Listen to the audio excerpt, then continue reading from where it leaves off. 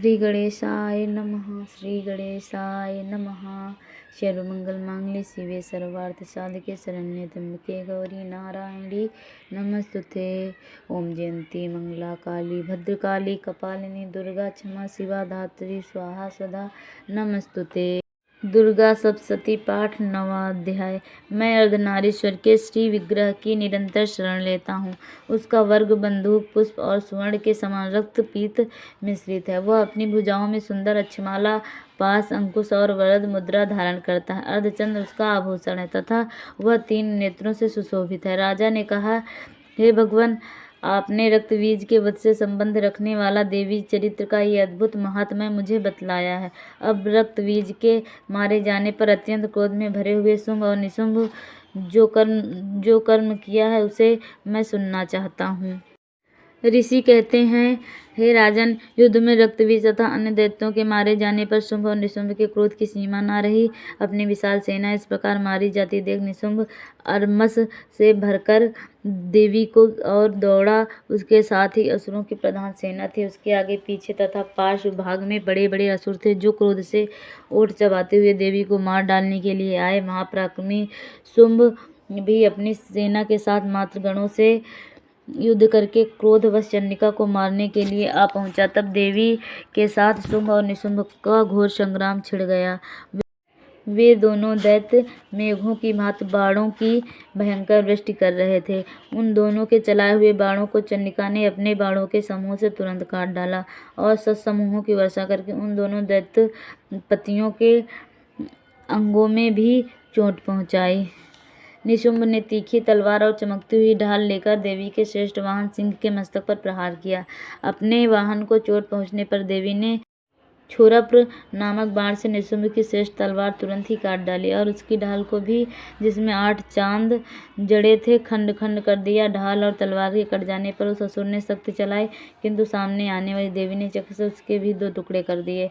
अब तो निशुंभ क्रोध से जल उठा और उस दानव ने देवी को मारने के लिए शूल उठाया, किंतु देवी ने समीप आने पर उसे भी मुक्के से मारकर चूर कर दिया। तब उसने गदा घुमाकर चंडी के ऊपर चलाई, परंतु वह भी देवी के त्रिशूल से कटकर भस्म हो गई। तदंतर दैत्यराज निशुंभ को फरसा हाथ में लेकर आते देखा। देवी ने बाण समूह से घायल कर धरती पर सुला दिया।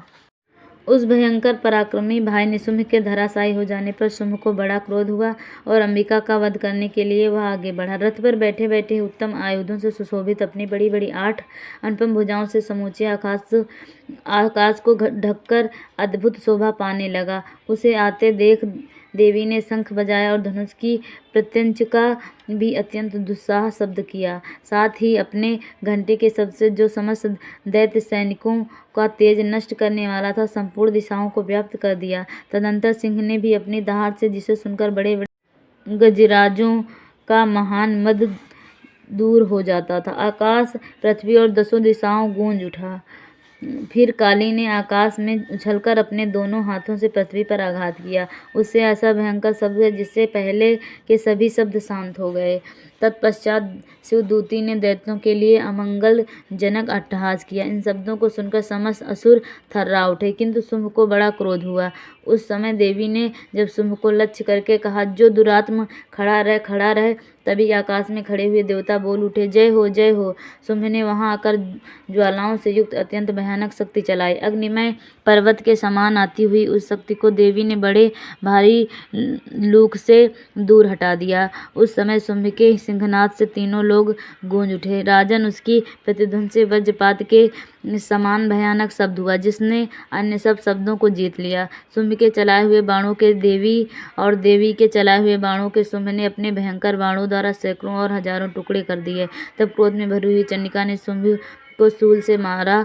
उसके आघात से मूर्छित हो वह पृथ्वी पर गिर पड़ा।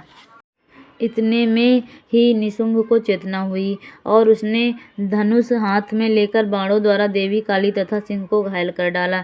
फिर उस दैत्यराज ने 10,000 बाहें बनाकर चक्रों के प्रहार से चंडिका देवी को आच्छादित कर दिया। तब दुर्गम पीड़ा का नाश करने वाली भगवती दुर्गा ने कुपित होकर अपने बाणों से उन चक्रों तथा बाणों को काट गिराया। ये देख निशुंभ दैत्य सेनाओं के साथ चंडिका का वध करने के लिए हाथ में गदा लेकर बड़े वेग से दौड़ा। उसके आते ही चंडी ने तीखी धार वाली तलवार से उसकी गदा को शीघ्र ही काट डाला। तब उसने शूल हाथ में ले लिया। देवताओं को पीड़ा देने वाले निशुम्भ को शूल हाथ में लिए आते देख चंडिका ने वेग से चलाए हुए अपने शूल से उसकी छाती छेद डाली। शूल से विदीर्ण हो जाने पर उसकी छाती से एक दूसरा महाबली, एक महापराक्रमी पुरुष खड़ीर कहता हुआ निकला। उसे निकलते हुए पुरुष की बात सुनकर ठठाकर हंस पड़ी और खड़ग से उन्होंने उसका मस्तक काट डाला। फिर तो वह पृथ्वी पर गिर गया। तदंतर सिंह अपनी दाढ़ों से असुरों की गर्दन कुचलकर खाने लगा। यहाँ बड़ा भयंकर दृश्य था। उधर काली तथा शिवदूती ने भी अन्याय दैत्यों को भक्षण आरंभ कर दिया। कौमारी को शक्ति से विदीर्ण होकर कितने ही महादैत्य नष्ट हो गए। ब्रह्माणी के मंत्रपूत जल से निस्तेज होकर कितने ही भाग खड़े हुए। कितने ही दैत्य महेश्वरी के त्रिशूल से छिन्न भिन्न हो धराशायी हो गए। वाराही के थूथुन के आघात से कितनों का पृथ्वी पर कचूमर निकल गया। वैष्णवी ने भी अपने चक्र से दानवों के टुकड़े टुकड़े कर दिए। इंद्री के हाथ से छूटे हुए वज्र से भी कितने ही प्राणों से हाथ धो बैठे। कुछ असुर नष्ट हो गए, कुछ उस महायुद्ध से भाग गए तथा कितने ही काली, शिवदूती तथा सिंह के ग्रास बन गए। इति दुर्गा सप्तशती पाठ नवा अध्याय संपूर्ण। श्री गणेशाय नमः। ओम जयंती मंगला काली भद्रकाली कपालिनी दुर्गा क्षमा शिवा धात्री स्वाहा स्वधा नमस्तुते।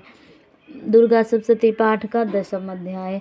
मैं मस्तक पर अर्धचंद्र धारण करने वाली शिव शक्ति स्वरूपा भगवती कामेश्वरी का हृदय में चिंतन करता हूँ।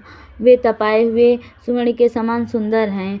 सूर्य, चंद्रमा और अग्नि ही 3 उनके नेत्र हैं तथा वे अपने मनोहर हाथों में धनुष, बाण, अंकुश, पाश और शूल धारण किए हुए हैं। ऋषि कहते हैं, हे राजन, अपने प्राणों के समान प्यारे भाई निशुम्भ को मारा गया देख तथा सारी सेना का संहार होता जान शुंभ ने कुपित होकर कहा, दुष्ट दुर्गे, तू बल के मान में आकर झूठ मूठ का घमंड ना दिखा। तू बड़ी मानिनी बनी हुई है किंतु दूसरी स्त्रियों के बल का सहारा लेकर लड़ती है। देवी बोली, ओ दुष्ट, मैं अकेली ही हूँ। इस संसार में मेरे सिवा दूसरी कौन है? देखिए, मेरी ही विभूतियाँ अतः मुझ में ही प्रवेश कर रही हैं। तदंतर ब्रह्माणी आज समस्त देवियाँ अंबिका देवी के शरीर में लीन हो गईं। उस समय केवल अंबिका देवी ही रह गईं। देवी बोली, मैं अपनी ऐश्वर्य शक्ति से अनेक रूपों में यहाँ उपस्थित हुई थी। उन सब रूपों को मैंने समेट लिया। अब अकेली ही युद्ध में खड़ी हूँ। तुम भी स्थिर हो जाओ। ऋषि कहते हैं, तदंतर देवी और शुंभ दोनों में सब देवताओं तथा दानवों के देखते देखते भयंकर युद्ध छिड़ गया। बाणों की वर्षा तथा तीखे शस्त्रों एवं दारुण अस्त्रों के प्रहार के कारण उन दोनों का युद्ध सब लोगों के लिए बड़ा भयानक प्रतीत हुआ। उस समय अंबिका देवी ने जो सैकड़ों दिव्य अस्त्र छोड़े, उन्हें दैत्यराज शुंभ ने अपने निवारक अस्त्रों द्वारा काट डाला। इसी प्रकार शुंभ ने भी जो दिव्य अस्त्र चलाए, उन्हें परमेश्वरी ने भयंकर हुंकार शब्द के उच्चारण आदि द्वारा खिलवाड़ में ही नष्ट कर डाला। तब उस असुर ने सैकड़ों बाणों से देवी को आच्छादित कर दिया। यह देख क्रोध में भरी हुई उन देवी ने भी बाण मारकर उसका धनुष काट डाला। धनुष कट जाने पर फिर दैत्यराज शक्ति हाथ में ली, किंतु देवी ने चक्र से उसके हाथ की शक्ति को भी काट गिराया। तत्पश्चात दैत्यों के स्वामी शुंभ ने 100 चांद वाली चमकती हुई ढाल और तलवार हाथ में लिए उस समय देवी पर धावा किया। उसके आते ही चंडिका अपने धनुष से छोड़े हुए तीखे बाणों द्वारा उसकी सूर्य किरणों के समान उज्ज्वल ढाल और तलवार को तुरंत काट दिया। फिर उस दैत्य के घोड़े और सारथी मारे गए। धनुष तो पहले ही कट चुका था। अब उसने अंबिका को मारने के लिए उद्यत हो भयंकर मुगदर हाथ में लिया। उसे आते देख देवी ने अपने तीक्ष्ण बाणों से उसका मुगदर भी काट डाला। तिस पर वह असुर मुक्का तानकर बड़े वेग से देवी की ओर झपटा। उस दैत्यराज ने देवी की छाती में मुक्का मारा। तब उन देवी ने भी उसकी छाती में एक चांटा जड़ दिया। देवी का थप्पड़ खाकर दैत्यराज शुंभ पृथ्वी पर गिर पड़ा, किंतु पुनः सहसा पूर्ववत उठकर खड़ा हो गया। फिर वह उछला और देवी को ऊपर से ले जाकर आकाश में खड़ा हो गया। तब चंडिका आकाश में भी बिना किसी आधार के ही शुंभ के साथ युद्ध करने लगी। उस समय दैत्य और चंडिका आकाश में एक दूसरे से लड़ने लगे। उनका वह युद्ध पहले सिद्ध और मुनियों का विस्मय में डालने वाला हुआ। फिर अंबिका ने शुंभ के साथ बहुत देर तक युद्ध करने के पश्चात उसे उठाकर घुमाया और पृथ्वी पर पटक दिया। पटके जाने पर पृथ्वी पर आने के बाद वह दुष्टात्मा दैत्य पुनः चंडिका का वध करने के लिए उनकी ओर बड़े वेग से दौड़ा। तब समस्त दैत्यों के राजा शुंभ को अपनी ओर आते देख देवी ने त्रिशूल से उसकी छाती छेद कर उसे पृथ्वी पर गिरा दिया। देवी के शूल की धार से घायल होने पर उसके प्राण पखेरु उड़ गए। वह समुद्रों, द्वीपों तथा पर्वत सहित समूची पृथ्वी को कपाता हुआ भूमि पर गिर पड़ा।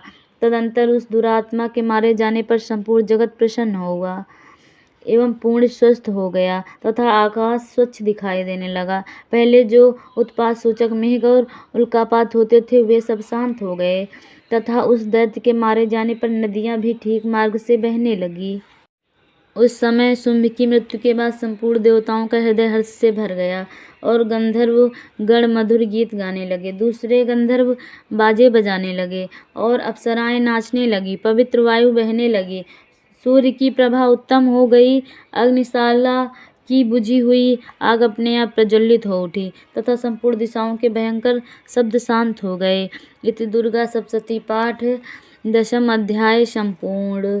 सर्वमंगल मांगल्ये शिवे सर्वार्थ साधिके शरण्ये त्र्यंबके गौरी नारायणी नमस्तुते। ओम जयंती मंगला काली भद्रकाली कपालिनी दुर्गा क्षमा शिवा धात्री स्वाहा सदा नमस्तुते। ओम श्री गणेशाय नमः। ओम श्री गणेशाय नमः।